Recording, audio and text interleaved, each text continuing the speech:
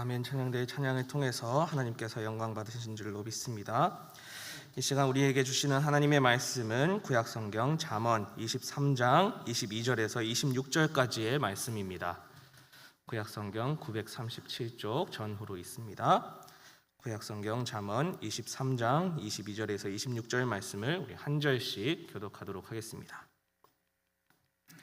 제가 먼저 읽겠습니다. 너를 낳은 아비에게 청종하고 내 늙은 어미를 경히 여기지 말지니라.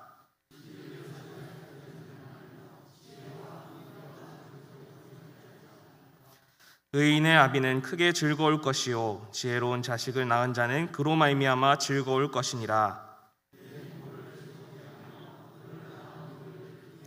함께 읽겠습니다. 내 아들아 내 마음을 내게 주며 내 눈으로 내 길을 즐거워할지어다. 아멘.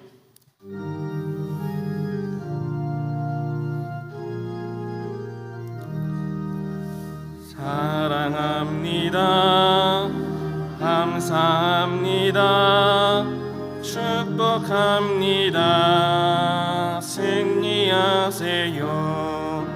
사랑합니다. 감사합니다. 축복합니다. 승리하세요. 이 시간 우리 장로회 신학대학교 기독교 교육과 교수로 계신 우리 김도희 교수님께서 다시 오시지 않을 어버이라는 제목으로 말씀 전해주실 때에 큰 은혜 받으시는 시간 되시기를 간절히 바랍니다.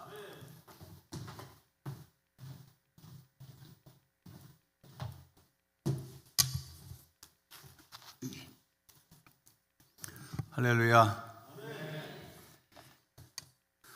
오늘 사랑하는 방수성 목사님 정말 오랜만에 아주 굉장히 오랜만에 안식월을 가지시는 것 같아요. 제가 주변에서 늘 이야기를 듣고 있고 또 우리 예범교회를 위해서 기도하고 있습니다. 우리 목사님 잘 다녀오시고 재충전 잘 하셔서 이제 주의 사역 잘 감당하시고 우리 예범의 성도들과 함께 기쁘고 또 행복한 그런 사역을 잘 감당하실 수 있는 계기가 되시기를 바랍니다. 오늘은 잠언 23장의 말씀을 근거로 하여 다시 오시지 않을 어버이, 이런 제목으로 하나님의 말씀을 같이 나누도록 하겠습니다. 미국의 웨스트 버지니아 주의 웹스터라는 곳에 안나 자비스라는 여인이 홀 어머니와 함께 살고 있었습니다. 한데 그토록 자신을 사랑해주고 또 돌봐주시던 어머니가 어느 날 돌연 세상을 떠났습니다. 그녀는 어머니가 살아계실 때 충분하게 자신이 효도하지 못한 것을 못내 아쉬워하면서 이제 어느 날 친구의 초대를 받아서 이제 파티에 참석을 하게 되었는데, 그때 자기 어머니 생각이 너무 많이 나고 그리워서 요 가슴에다가 하얀 카네이션을 달고 파티에 참석하게 되었습니다.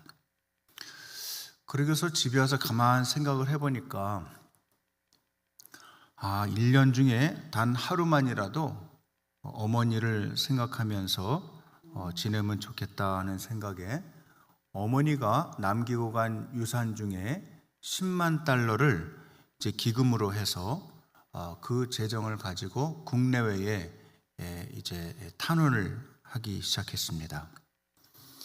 그로부터 7년이 지나서 미국의 윌슨 대통령 취임 시에 대통령께서 어머니날 그 재정을 선포했고, 미국 의회는 1914년 5월 둘째 주일을 이제 어머니날로 제정하고, 이제 살아계신 어머니의 가슴에는 붉은 카네이션을 달아드리고, 그러면서 어머니의 은덕을 기렸고, 또 돌아가신 어머니를 위해서는 흰 카네이션을 이제 자기 가슴에 달고 어머니의 은혜를 생각하면서 이 날을 지켰습니다. 우리나라는 1956년에 국무회의에서 5월 8일을 어머니 날로 먼저 정했고요. 1973년부터는 어버이날로 개정해서 이제 지켰습니다. 이제 길고도 하염없었던 이 팬데믹이 거의 끝나가면서 팬데믹이 끝난다 하는 의미에서 엔데믹이라는 말로 바꿔 부르고 이제 어버이주의를 이렇게 맞으니 저도 만감이 교차합니다. 2020년 4월 11일과 또 3일 지나서 4월 14일에는 제가 사랑하는 두 부모님이 아버님이 먼저 코로나로 돌아가시고 또 3일 후에 또 어머니마저 돌아가시게 되었습니다. 그래서 저는 사실 오늘 부모님을 생각하면서 여러 가지 생각이 교차하는 겁니다. 지금은 이제 그래도 2주기가 끝나서 부모님을 생각하면서 또 하늘나라에 계실 것을 믿음의 눈으로 바라보면서 감사를 노래하지만 그 과정은 참으로 아쉽고 또 죄송한 것 뿐이었습니다. 오늘은 어버이 주일입니다. 우리에게 이런 귀한 주일이 있다는 건 너무나 감사한 일이고요. 본래 유대 사람들의 격언에는 그런 말이 있어요. 하나님이 다른 일은 다 하나님 주관대로 하시지만 가정에서는 어머니와 아버지를 통해서 하신다. 그런 말이 있어요. 그만큼 어버이의 역할이 중요한 겁니다. 또 하나님께서 그 가정을 그 부모님에게 위탁하셨고 위임하셨고 그래서 자녀들은 부모님의 사랑 아래 또 그 모든 인도 아래 자녀들이 자라나게 되어 있는 것입니다. 사실 이 아침에 너희 부모를 어버이를 공경하라 하는 그 말씀이 아주 굉장히 무겁게 다가오는 분들이 많이 있을 줄로 압니다. 사실은 엄격한 구절입니다. 그렇게 해도 되고 하지 않아도 상관없다. 네 마음대로 해라 하는 구절이 아니고요. 너를 낳은 어머니와 아버지를 공경하라. 이것은 명령입니다. 굉장히 그렇게 생각하지 않을 경우가 많이 있는데 또 조건적으로 그걸 생각하는 경우가 많이 있으나 사실은 그렇지 않다. 근데 그냥 명령이 아니고 약속이 있는 계명이다. 약속 있는 계명. 그렇게 하면 하나님께서 내게 준 그 땅에서 네가 생명이 길고 복을 누리리라 하는 그 약속도 더불어 주셨습니다. 이 말씀을 믿음으로 받아들이는 예범의 식구들이 다 되실 수 있기를 바랍니다. 약속 있는 첫 계명이라 하는 그 구절이 성경에 있는 이유는 이 10개 계명 중에서 그 하나의 계명이라는 의미가 아니고요. 처음부터 4번까지는 4계명까지는 하나님에 관한 계명, 그 다음에 5째 계명부터 10째 계명까지는 인간에 관한 인간 삶에 대한 계명인데 5계명으로서 부모 공경은 인간에 관한 첫 번째 계명이 된다 하는 의미가 됩니다. 그러므로 우리는 어버이를 부모님을 공경해야 되겠습니다. 잘 모시고 존경해야 된다 하는 의미가 됩니다. 그런데 사실 부모 공경이 생각보다 쉽지가 않습니다. 특별히 오늘날처럼 여러 일들이 이 자본주의 사회에서는 돈으로 많이 모든 것들을 하게 되고 또 이 자녀들의 삶도 굉장히 팍팍하기 때문에 이것을 지켜나가는 것이 생각처럼 쉽지가 않아요. 자기 자신의 삶을 잘 관수를 못하게 되면 부모님을 공경하기는커녕 부모님에 대하여 인정하지 않는 경우도 종종 보는 일이 많이 있습니다. 많은 경우에는 경제적인 여건이 장애가 되지만 부모 공경이 꼭 물질로만 하는 것 같지는 않아요. 물론 어느 정도의 자립할 수 있는 자녀들의 능력도 필요하지만 또 넉넉해야지 부모를 잘 공경할 수 있는 건 사실이지만 사실은 그것보다는 마음이 더 중요하다 하는 겁니다. 또 적은 시간이지만 시간도 잘 부모님들을 위하여 쓰는 것이 굉장히 중요하다 하는 겁니다. 오늘 잠언 23장의 말씀을 가지고 우리가 한 3가지 정도로 어떻게 내 부모를 공경하라 하는 하나님의 말씀을 지킬 수 있는지를 같이 생각해 보겠습니다. 첫 번째는 부모의 말을 청종하라 하는 겁니다. 한번 따라해 보세요. 부모의 말을 청종하라. 청종하는 것은 듣고 순종하는 것을 의미합니다. 부모 공경은 그 출발이 어버이의 말을 잘 듣는 거에서부터 시작합니다. 부모님의 말씀에 귀를 기울여 보세요. 그것이 효도의 시작입니다. 연세가 들면 사실 부모님들은 저도 이제 아버지인데요. 부모님들은 자녀들에게 하고 싶은 말들이 많이 있습니다. 사람이 하고 싶은 말을 못하면 병이 납니다. 그건 젊은 사람도 마찬가지입니다. 여기서 부모님들이 이 말을 들을 때 그래, 부모 말을 청정해야지 하면서 본인은 또 본인의 부모님을 생각하는 것이 좋습니다. 그런데 저도 이제 자녀가 2이거든요. 그리고 제가 손주가 3이에요. 근데 우리 자녀들을 생각할 때 제가 늘 만나기 전에 제 허벅지를 꼬집으면서 다짐하는 게 있습니다. 그건 뭐냐면 하고 싶은 말에 3분의 1만 해야지. 그러면서 자녀를 만나러 갑니다. 왜냐하면 제가 하고 싶은 얘기를 다 했다가는 이거는 오히려 부모님의 말이 정말 아름답게 들리기보다는 나중에는 또 잔소리가 시작되었구나, 그렇게 느끼기가 쉽기 때문에 그렇습니다. 그래서 연습을 해야 돼요. 혹시 부부가 다 살아 계시면 같이 가정에서 지나시게 되면 가끔 한 번씩 리허설을 하는 게 좋습니다. 여보, 내가 이런 얘기 하려고 그러는데 어떻게 생각해? 그러면 꼭 상대방이 여보, 하고 싶은 얘기 3분의 1만 하세요.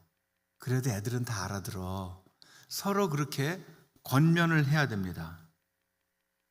왜냐하면 자녀들도 아주 많이 성숙하지 않고 미숙하지만 부모님들도 여전히 만들어져 가기 때문에 그렇습니다. 저는요, 부모가 되면 다 아는 줄 알았어요. 근데 제가 부모가 되고 자녀들을 키워보니까 또 저는 딸이라 둘 다 시집을 다 보냈거든요. 그러고서 보니까 여전히 저도 배울 게 너무나 많은 거예요. 그래서 가정에서는 부모와 자녀가 이제 같이 들어주는 노력을 해야 됩니다. 연습을 해야 됩니다. 오늘 여러분이 부모님의 음성을 들을 수 있다는 것은 사실은 축복입니다. 저도 이제 2주기가 지나고 부모님 생각을 이렇게 해보면 부모님 살아 계실 때 좀 말씀을 잘 들어드릴 걸. 다시 돌아오시지 않을 부모님이 되었습니다.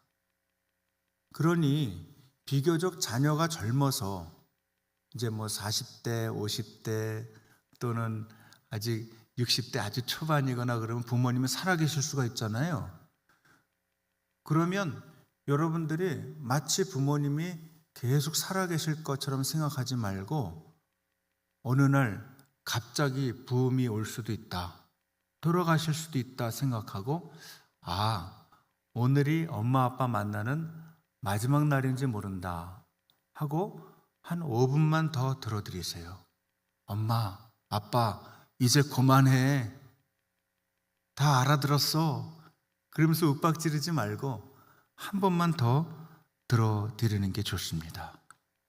아무리 용돈을 많이 드리고 또 좋은 환경에서 모신다고 해도 부모님의 말씀을 청정하지 않으면, 또 경히 여기면 그건 반쪽짜리 효도가 됩니다.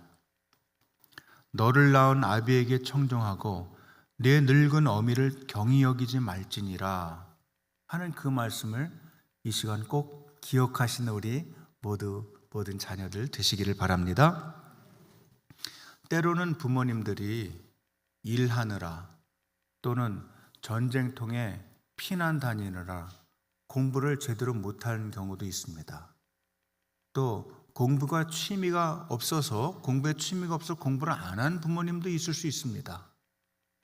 또 어떤 때는 공부도 많이 하셨고 아는 것도 많은데 대화에 별로 소통을 잘하지 못하는 부모님일 수 있습니다.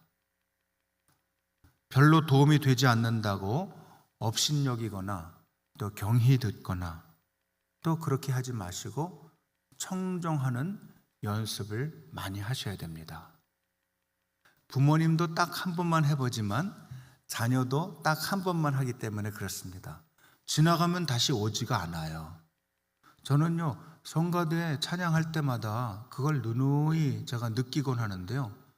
찬양할 때 오늘도 잘하셨잖아요. 최선 다하셨잖아요. 찬양이라는 건요, 음악이라는 건 한번 불러버리고 나면 그 다음엔 끝나는 거예요. 물론 요새는 유튜브로 녹음을 해서 뒤에 들어볼 수는 있지만, 그래도 한번 부르는 사람들은 그 찬양은, 노래는 거기서 불러버리면 이 허공에다가 이렇게 외쳐서 노래를 한번 해놓으면 그걸로 끝나는 겁니다. 우리 인생살이도 마찬가지입니다. 부모님 공경도 다 때가 있고 한번 해놓으면 그걸로 끝나는 것이지 또 다시 해볼 수가 없는 겁니다. 참 효도는 부모님의 말씀을 잘 듣고 존중함으로 시작된다는 이 말씀을 꼭 기억하시고 오늘 하루 종일 한번 실천해 보시는 여러분들 되실 수 있기를 바랍니다. 또 두 번째는 진리를 소중히 여기라 하는 겁니다. 어버이를 잘 모시는 비결이 어버이의 말씀을 청정하는 것도 있지만, 그다음엔 자녀된 우리가 진리를 소중히 여기는 마음을 가질 때 그게 진정한 효도가 됩니다. 돈 잘 벌고 또 어머니 아버지의 말씀을 잘 들어주기까지 했어요. 그래서 마음이 서로 통합니다. 근데 그 자녀가 진리를 떠나서 살면 그것처럼 불효가 없습니다. 여기 말씀에 보면 신기한 구절이 나오는데요, 진리를 사되 팔지는 말며, 그런 말이 나와요. 진리를 어떻게 삽니까? 이 말은 뭐냐면, 진리는 그만큼 모든 것을 다 희생하고서라도 획득할 필요가 있다, 얻을 필요가 있다는 거예요. 그러나 팔지는 말라는 거예요. 진리를 우습게 여겨서 나 이런 거 이제 안 믿어, 이렇게 해버리면 자기만 손해가 아니라는 거예요. 그거는 부모님에게도 큰 불효가 된다는 거예요. 부모님을 용돈도 잘 드리고 또 부모님의 친구가 되어서 이렇게 말씀도 잘 들어드리고 그렇게 잘 섬기는 귀한 자녀가 되어도 결국은 그 자신이 하나님을 떠나서 하나님을 섬기지 않고 예수님이 누군지도 모르고 또 더욱이 신앙생활은 아주 경이해버리면 그거는 다른 거 다 잘해도 효도와는 먼 삶이 되는 겁니다. 이 세상에 변하지 않는 게 있는데 그게 뭐냐면 예수 그리스도 안에 있는 하나님이 우리에게 주신 진리의 삶입니다. 생명의 삶입니다. 그러므로 예수를 잘 믿고 교회를 통한 신앙생활을 잘하여 우리가 지나는 이 마을 속에서, 이 세상 속에서 믿는 사람으로서 본을 보이고 칭찬받을 만한 삶을 영위하는 것, 그건 진리를 산 사람만이 할 수 있습니다. 진리를 획득한 사람만 할 수 있습니다. 진리를 우습게 여기면 안 돼요.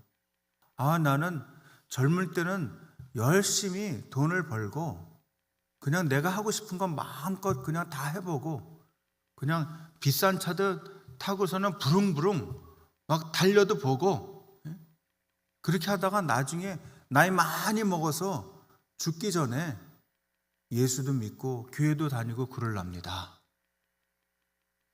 그런 바보가 없는 거예요. 이 하나님을 믿는 이 진리는, 이 생명의 말씀, 진리의 말씀은요, 아주 어릴 때부터 믿고 따르는 게 좋습니다. 정말 부모님을 사랑하세요? 정말 보람 있고 가치 있는 인생을 살고 싶으세요? 그러면 모든 것을 다 희생해서라도 진리를 사야 됩니다. 진리를 획득한 사람으로서 살아나가는 저와 여러분들 되실 수 있기를 바랍니다. 진리를 사라는 또 다른 아주 중요한 표현은 진리 가운데 산다는 의미가 됩니다. 아까는 구입한다는, 펄체스한다는, 돈을 내고 산다는 의미가 되지만 이 두 번째 진리를 산다는 의미는 우리말로 표현할 때 진리 가운데 산다, 진리로 인생을 산다 하는 그런 의미입니다. 예수 살기, 예수 안에 거하기, 그 말과 아주 일치하는 말이라고 할 수 있겠습니다. 믿음의 부모는 자녀들이 진리를 소중하게 여기고 또 자신들도 자녀를 낳아서 이렇게 키울 때 그 자녀들이 하나님의 진리 안에서 사는 것을 보는 것, 그것처럼 즐겁고 행복한 일이 없습니다. 제가 아까 손주가 셋이 있다고 그랬잖아요. 만 7살, 그러니까 지금 2학년이에요. 초등학교 2학년. 제일 큰 애가. 그 다음에 유치원생. 그 다음에 이제 만 2살 되는 세 번째 손주가 있는데 다 아들아이입니다. 그래서 이름이 산, 나무, 강이에요. 산아, 나무야, 강아. 그래서 저는요, 제 닉네임을 만들 때, 무슨 요새는 이렇게 카페 같은 데 가면 김도일님 그렇게 부르지 않고 뭐 별명을 따로 부르잖아요. 그러면 그 별명을 부를 때 제 이름이 뭔지 아세요? 산나무 강님, 그렇게 불러요, 저를. 산나무 강님. 제가 비밀을 하나 가르쳐 드릴게요. 제 은행의 계좌를 만들 때도 거기에 별명도 우리 손주들의 이름을 갖다 넣습니다.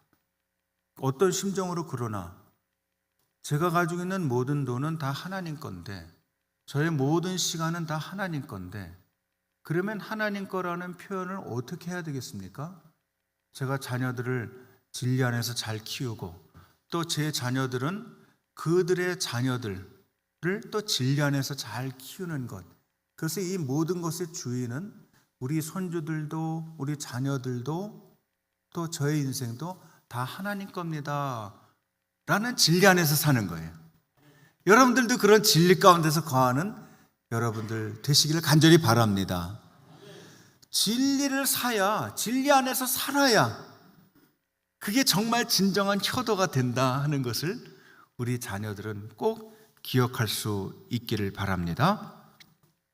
세 번째는 네 부모를 즐겁게 하라는 거예요. 즐겁게 하라. 네 부모를 즐겁게 하며 너를 낳은 어미를 기쁘게 하라. 제가요, 그 TV 프로그램 중에서 제일 아주 즐겨보는 프로그램 하나 있는데, 그 김영철 씨의 이 동네 한 바퀴 도는 그 프로그램 있잖아요. 어느 지역을 가든지. 그거 제가 좀 알아보니까 그분이 뭐 이렇게 각본을 써가지고 돌아다니는 게 아니라 그러더라고요.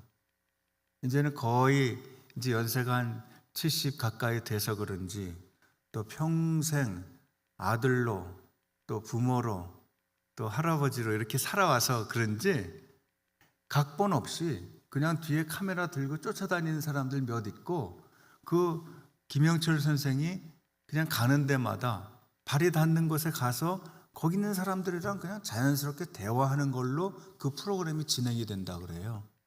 그래서 제가 몇 가지 중요한 사실을 발견했어요. 그 패턴을 봤는데 이분은 국수집이 있으면 그냥 지나치질 못해요. 그래서 그 국수를 만드는 사람이 누군지 들어가서 보면 꼭 대부분 그 엄마 아버지가 하다가 자녀들에게 물려진 국수집이 많더라고요. 그러면 거기 들어가서 그 자녀들에게 뭘 물어보냐 하면, 이거 어떻게 해서 물려받게 됐느냐, 부모님은 지금 어디 계시냐, 혹시 근처에 계시면 좀 같이 와서 좀 인터뷰 좀 하면 안 되냐. 그래서 그 부모를 이제 모셔서 말씀을 듣다가요, 꼭 그분이 뭘 하냐면, 꼭 어머니가 나오시면 꼭 그 어머니의 손을 꼭 잡고 눈물을 흘려요. 아유, 어머니의 손이 이렇게 거칠어지셨어. 약간 반말 비슷하게 자기 엄마한테 붙이는 식으로, 어머니 손이 왜 이렇게 거칠어지셨어. 그러면서 자기도 눈물을 흘려요. 전 그걸 보면서 이분이 참 무르익은 배우구나, 그런 생각을 하게 됩니다. 부모를 즐겁게 해드린다는 게 뭐 온천에도 보내드리고 또 가까운 해외도 모시고 가고 또 용돈도 충분히 드리고, 그건 너무나 중요한 일이죠. 그거 빼먹으면 안 돼요. 그저 기회가 있을 때마다 그저 손에다가 뭘 쥐어드리는 건 너무나 중요해요. 그리고 희한하게요, 제가요 아직도 젊지만 예전에는 왜 엄마 아버지들이, 할머니 할아버지도 주머니에 그렇게 가방에다가 사탕을 넣어갖고 다니는지 잘 몰랐어요. 꼭 교회에서 예배 드리다가도 누가 기침하면은 그 가방에서 꺼내가지고 뽀시락뽀시락 하면서 사탕을 이렇게 해서 까서 옆에 있는 사람한테 이렇게 주고, 그래서 예배 드리는데 사탕을 가져오나.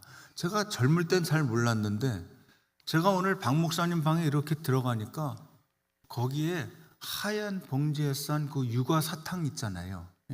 거기 있는 거예요. 제가 딴 거는 안 먹었는데 그거 열어가지고 들어가자마자 하나 먹었습니다. 나이를 잡수면 희한하게 자꾸 목이 말라요.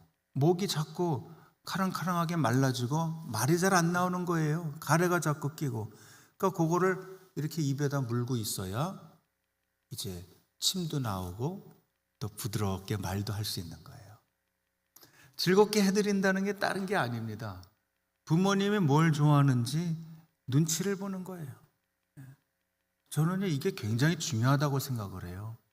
하나님을 섬기는 우리가 늘 하나님께서 뭘 좋아하시는지 그 눈치를 봐야 됩니다. 또 하나님을 섬기는 우리가 하나님께서 허락하신 부모님을 생각하면서 아직 살아계실 때 부모님의 눈치를 봐야 됩니다. 뭘 좋아하는지, 또 뭘 언짢아 하시는지. 그저 이렇게 있다가 다른 데 이렇게 보는 척 하다가 부모님이 좋아하는 거 쓱 밀어넣고 가면 됩니다. 오늘도 잘 주무세요. 식사 잘 하세요. 옆방에서 살아도 그렇게 챙기고서 이제 또 사탕 하나 이렇게 넣어놓고 까서 입에다 넣어드리고. 그럴 수 있는 날이 그렇게 많지가 않아요. 생각보다. 요즘에 100세 시대라고 그러지만 우리 부모님은 아직 100세 시대가 아닙니다. 요즘 90세 언저리까지 사시는 어르신들이 많이 계시지만 그렇다고 해서 다 그렇게 사시는 것도 아니에요. 무엇보다 부모님의 있는 그 모습 그대로 받아들이는 연습을 우리는 해야 됩니다. 부모님이 좀 어떤 존재가 됐으면 하는 그런 바람도 필요하겠으나 이제 연로하신 부모님은 더 이상 어떤 발전할 수 있는 또 진보할 수 있는 그런 기회가 많이 없어요. 그리고 대부분은 몸이 자꾸 퇴보하기 때문에 연로해지시기 때문에 자꾸 힘들어지는 경우가 많이 있습니다. 저는 이제 구리에 사는데요. 저희 집이 그냥 평범한 조그만 아파트예요. 근데 제가 그 아파트를 들어가게 된 이유가 있는데 저희 집 앞에 조그만 호수가 하나 있습니다. 그래서 천천히 걸으면 30분 정도, 또 빨리 걸으면 한 20분이면 걸으니까 조그만 호수죠. 근데 거기 보면 늘 연로하신 어르신들이 그 호수를 이렇게 걷는데요. 젊은이들이 약간 좀 눈치가 있어야 돼요. 어르신들 이렇게 걸을 때 자기는 빨리 가야 된다고 그냥 쌩 하고 가면서, 그것도요 옆으로 다른 쪽으로 가면 좋은데 쌩 해가지고 그 어르신 앞에서 탁 가로막고선 가는 경우가 있어요. 굉장히 속상합니다. 늙은 것도 힘든데, 걸음이 느린 것도 속상해 죽겠는데 자기 자녀도 아니지만 쌩 하고 가면서 그렇게 진로를 방해해요. 그건 축구에서도 반칙입니다. 이렇게 갈 때 혹시 자기가 아직 힘이 남아 돌아서 뛰어가야 된다든지 쌩 하고 추월을 할 때는 다른 쪽으로 쑥 가는 거예요. 가면서 안녕하세요 한번 인사해 주면 어때요? 어르신 수고하십니다 그러면서 가면 어때요? 어떤 경우는 저도 그렇게 아직 걸음이 늦지도 않는데 쓱 가고 있는데요, 쓱 가가지고 제 앞에서, 그것도 더 빨리 가지도 않아, 조금 빨리 가면서 그 부활을 돋굴 때가 있습니다.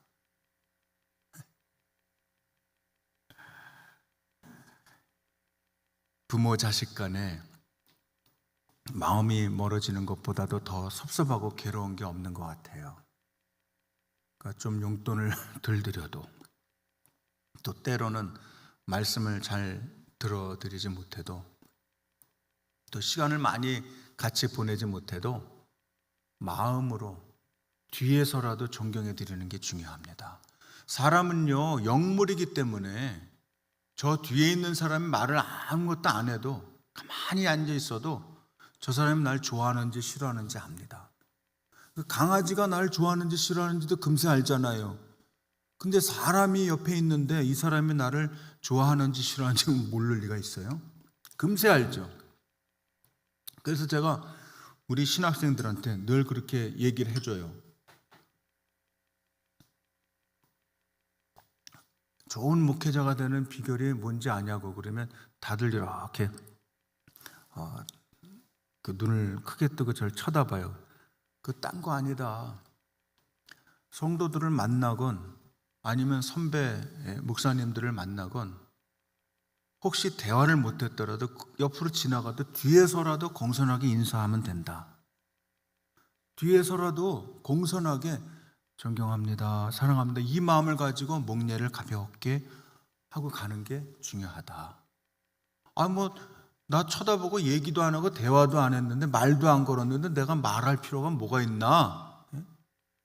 그건 너무 자기중심적으로, 너무 인생을 효율적으로 살려고 애쓰는 거예요. 인생이 그렇지 않습니다. 이 어버이 주일에 우리가 생각할 건 뭐냐 하면, 사람들이 앞에 있거나 옆에 있거나 또는 뒤에 있거나 그 사람들에 대해서 공경하는 마음, 좋아하는 마음을 가지게 되면 그 사람은 반드시 인생에 성공한다는 거예요. 부모를 공경하라 하는 의미는 바로 그런 의미가 되겠습니다. 말씀을 귀에 드는 대로 청정하고, 또 진리를 소중하게 여기고, 또 부모님을 즐겁게 하는 사람. 너무 대단한 걸로 그렇게 하지 않아도 괜찮아요. 끼 때마다 매일 그냥 좋은 음식으로 대접하지 않아도 괜찮아요. 일주일에 한 번 정도 맛있는 거 사드리고, 용돈 조금 드리고, 말씀 들어드리고, 그 다음에는 진심으로 사랑하고 존경한다는 표현을 몸으로도 하지만 마음으로 해야 된다.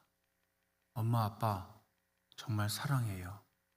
존경해요. 낳아주셔서 고맙습니다.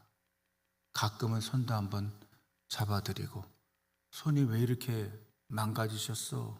왜 이렇게 텄어요? 그 말 한마디에 부모의 모든 시름은 다 녹게 되는 것이고, 또 그렇게 해서 가정이 온전히 서게 되는 것을 꼭 기억하시기를 바랍니다. 곧 다시 오시지 않을 어버이, 우리의 어버이의 은혜를 깊이 생각하면서 감사를 표현하는 2주간 되시기를 간절히 축원합니다. 기도하겠습니다.